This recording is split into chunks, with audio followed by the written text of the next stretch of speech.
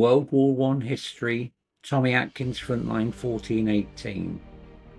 Today marks the beginning of a new series, Books of the Western Front. This first book is one close to my heart. It tells the story of a man who came to Leicester to work and live, and who later went on to fight with the Leicestershire Regiment, famously the Tigers, the regiment of my home city of Leicester. Many of my own ancestors served in that same regiment. This book follows his personal journey through the Great War, from private to officer, across multiple theatres of war, and reflects on the realities of warfare, comradeship, life and death. It is a story written not in glory, but in memory, for those we loved. After moving south from Belgium into France, drawing closer to the Somme, this part of the line had been settled into a familiar routine by late 1915. In September of that year, British troops took over the trenches along the Berles-au-Bois road, relieving French soldiers of the 69th Battalion Chasseurs. The transfer was typical of this quieter sector. Positions were sound, but repairs were constant. Parapets were strengthened, drainage improved, and dugouts repaired. The everyday labour that defined life in the trenches. German shelling was present, but intermittent, more an attrition than a major threat, yet never to be ignored.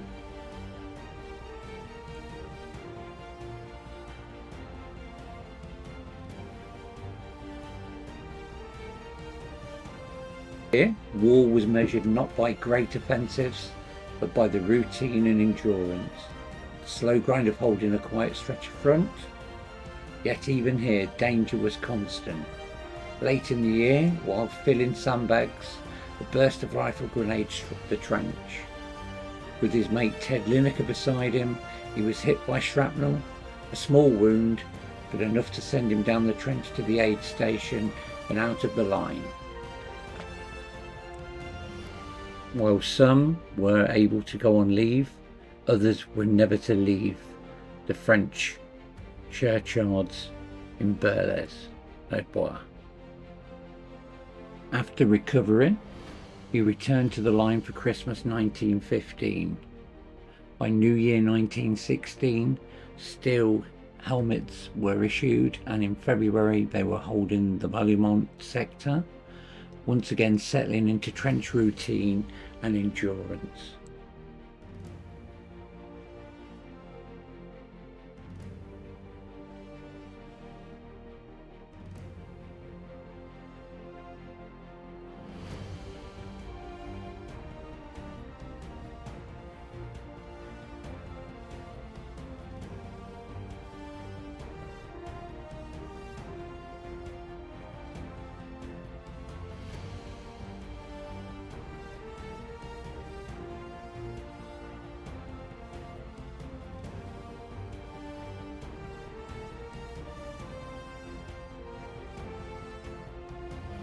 Now came the time before the Somme offensive.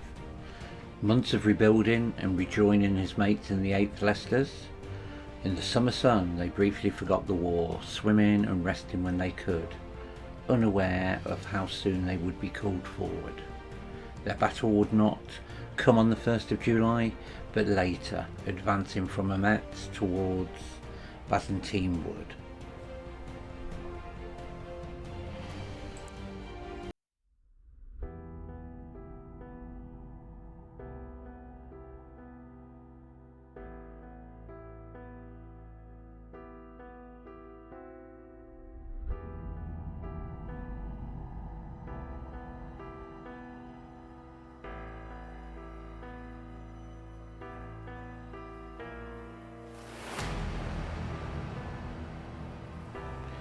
We explored Mametz Wood and the approach to Byzantine-le-Petit and Byzantine Wood, taking in the views from above as well.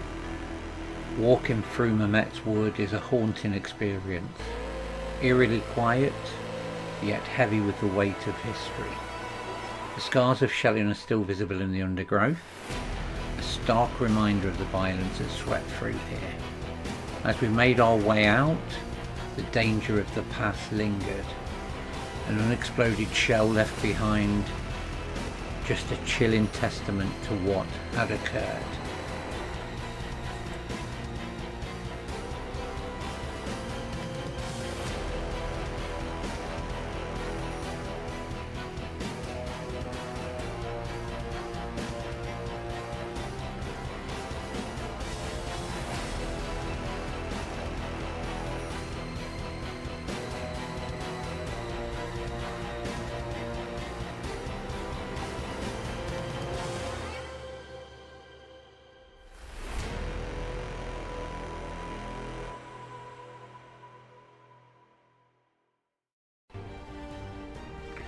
From here I look out across Flatiron Copse Cemetery, once an advanced dressing station, on the 14th of July 1916, set on ground captured in the fighting here. Beyond it lies Mametz, quiet now but once filled with fear and fire. This was the line carved forward by the Welsh division, the jumping off point for what followed. On the 14th of July, the Leicesters went in toward Byzantine Wood and Byzantine Le Petit, and Dick Reed went forward with them. Here he lost friends, Ted Lineker, killed in action, and Freddie Smith, both missing and never found. Standing here now, this ground is personal to me too. My great-great-grandfather, Ralph Williams, a Leicester man, serving with the Royal Artillery, was here on that day. He was later gassed. Different men, same ground, stories that still remain beneath our feet.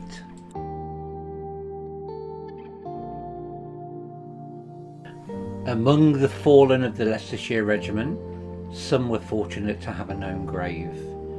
Many more remain unknown or missing, their names carried only in memory and on stone. On Christmas Day 2024, we came here to visit and remember them, standing among the graves, quietly marking those who never came home.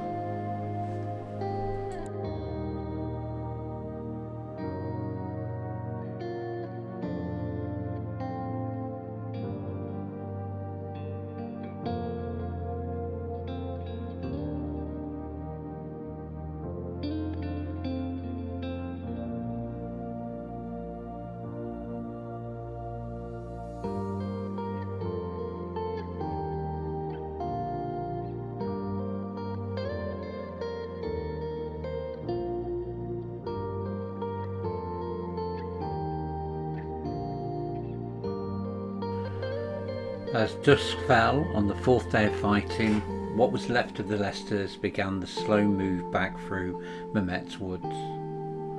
Dick Reed remembered men worn down to their limits, muddied, wounded and exhausted, moving on more from habit than strength.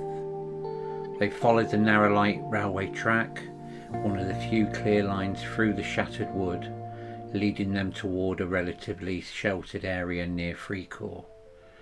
There was no sense of victory, only survival, and the knowledge of how many had not come back with them.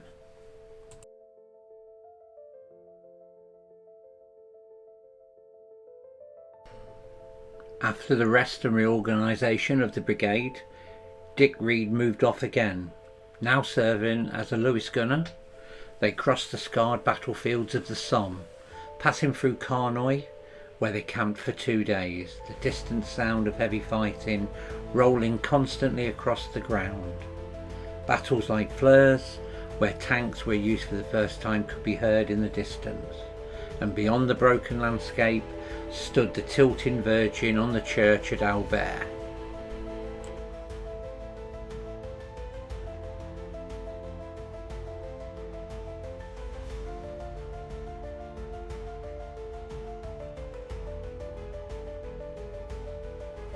They passed Delville Wood, scene of the bitter fighting by the South Africans, its shattered trees still bearing the scars of battle. One evening, coming from the direction of Guillemont, Dick saw 4 guardsmen carrying a heavily laden stretcher. Knowing this was no ordinary casualty, he asked the NCO and was told it was Lieutenant Raymond Asquith of the Grenadier Guards, the son of H.H. Asquith, Prime Minister of the United Kingdom, being taken to a dressing station. We visited this cemetery on the 26th of December 2024. This was Boxing Day in the UK, following in Dick Reed's footsteps. We came to pay our respects and to quietly capture the landscape of this area as it stands today, the ground near Trones Wood and the village of Guillemont beyond. What was once filled with movement, noise and loss is now still. Yet standing here it is impossible not to feel the presence of those who passed through this ground before us, and to know that their stories remain written into the land itself. Thank you for watching this first review on my Great War book series. I've just finished the first 10 chapters of Dick Reed's Great War story of Those We Loved, and what an incredible journey. I first discovered Dick's story in 2024 while driving through Berles-au-Bois on a trip to the Vimy battlefields from Albert, where I came across a memorial square dedicated to him by the local villagers. This book brings the Somme and other battlefields vividly to life, blending history, personal experience and hand-drawn illustrations by the author himself. Dick's story continues through the later war years as he earns a commission and fights until the war's end, eventually marrying the secretary of Prime Minister Lloyd George's Versailles peace delegation in 1921. It's a remarkable, heartfelt account and a must-have for any Great War enthusiasts.